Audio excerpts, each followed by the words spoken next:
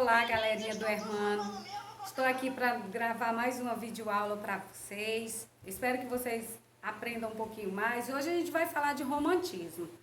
E vamos falar de uma das principais escolas literárias do Brasil, porque ela vem se configurar como a primeira escola literária da era nacional, visto que quinhentismo, barroco e arcadismo são escolas do período colonial do Brasil. E quando a gente fala em romantismo, a gente está falando ali em sentimentalismo, que é a principal marca do romantismo, tá ok? Agora vocês acompanhem com o slide e eu vou estar apresentando para vocês, tá? Então, o romantismo, ele surge no Brasil, como eu disse, na primeira metade do século XIX, precisamente no ano de 1836, com a obra Suspiros Poéticos e Saudades, de Gonçalves de Magalhães. Mas o romantismo, ele surge na Europa, no final do século XVIII, né, com as obras de Lord Byron, e essas obras vão influenciar na produção artística do romantismo brasileiro, tá certo?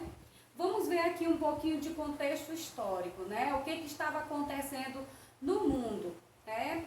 Aconteciam algumas revoluções e contradições, né? Principalmente as ideias revolucionárias da Revolução Francesa, que pregava aí uma ideologia de liberdade, igualdade e fraternidade.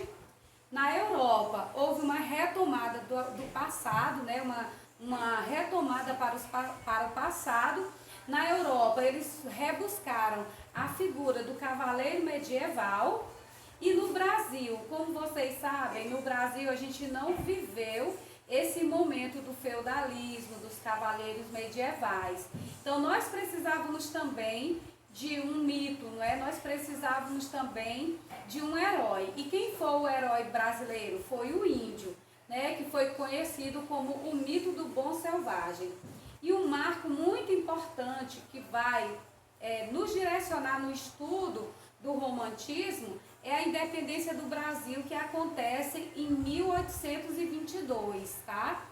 E ali eu destaco também os escravos, porque vale a gente ressaltar que os brasileiros daquele século, eles estavam muito empolgados com a questão da independência brasileira.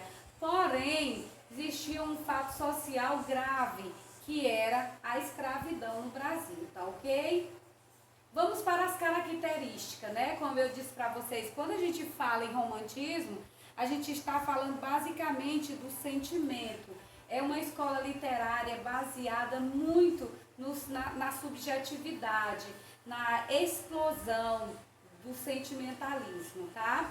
Então a gente vê aqui como característica o predomínio das emoções sobre a razão, o subjetivismo, né? O individualismo, o egocentrismo, que são muito fortes na segunda geração, o nacionalismo, o fanismo, o indianismo.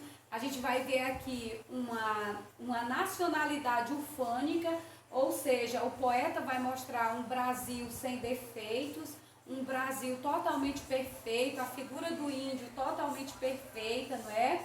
A gente tem aqui também como característica o pessimismo, que vai marcar a segunda geração do romantismo, geração que nós vamos conhecer como mal do século.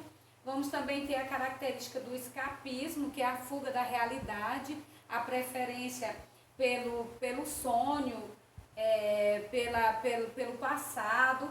E por último nós temos aqui a crítica social, que a gente já está aí vivendo uma transição da poesia romântica para a poesia realista. A poesia romântica ela vai se dividir em 3 gerações. A primeira geração a gente conhece como a primeira fase. Tem como principal representante Gonçalves Dias, né? E Gonçalves Dias ele escreveu poemas que exaltava a figura do índio, exaltava a cor local, ou seja, a paisagem local. E uma dessas poesias mais famosas de Gonçalves Dias, maranhense, lá de Caxias, né? É a poesia Canção do Exílio, que diz: minha terra tem palmeiras onde canta o sabiá, as aves que aqui gorjeiam não gorjeiam como lá. Vocês percebem poesia do Gonçalves, né, que ele usa aí uma nacionalidade ufânica. Ele, nessa poesia inteira, ele destaca que o Brasil é o melhor lugar. E quando a gente vai estudar o contexto histórico, pessoal, a gente vai ver que o Brasil tinha problemas, e problema muito sério. A começar que éramos um país independente, mas vivíamos ainda governado pelo próprio rei de Portugal. Então, era uma liberdade, entre aspas, não verdadeira, não real. Mas Gonçalves Dias não se preocupou em criticar isso. Gonçalves Dias se preocupou apenas em dizer que ele era brasileiro, que aqui existia o melhor lugar, que aqui as aves eram lindas, e colocar ali toda uma perspectiva positiva nas terras brasileiras, tá certo? Então, as características do Gonçalves Dias foi o indianismo, o nacionalismo, o estilo equilibrado, ritmo marcante, idealização feminina. Vale sempre a gente lembrar que a mulher romântica é uma mulher totalmente idealizada, tá? Ela é uma mulher intocável, é como um anjo celestial, tá? Aqui algumas obras do Machado, tá? Algumas obras aí também de um pintor. Aqui Juca Pirama, né? Também obra que vem exaltar a figura do índio, né? Toda essa... A gente sabe que no romantismo nós tivemos o índio como nosso herói, e chegamos aqui à segunda geração, a geração conhecida como geração byroniana ou geração do mal do século, né? Nós tivemos como principal representante esse cara aí chamado Álvares de Azevedo, que foi influenciado pelas obras de Lord Byron, que foi o maior representante da segunda geração romântica, né? Ele apresentava obras cheias de elementos macabros, satânicos, elementos de um romantismo maldito. E os autores da segunda geração, eles se envolveram com essa temática, a temática da morte.